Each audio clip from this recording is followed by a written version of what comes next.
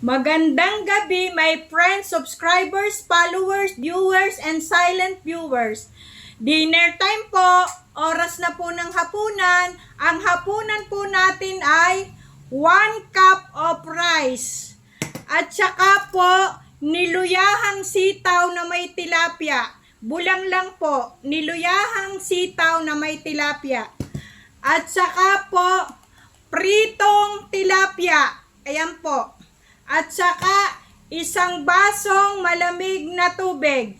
Kain po tayo. Sabayan niyo po ako sa pagkain. Ayan po, bulang lang na sitaw. Ayan po. Kain po. Yum. Ang sarap.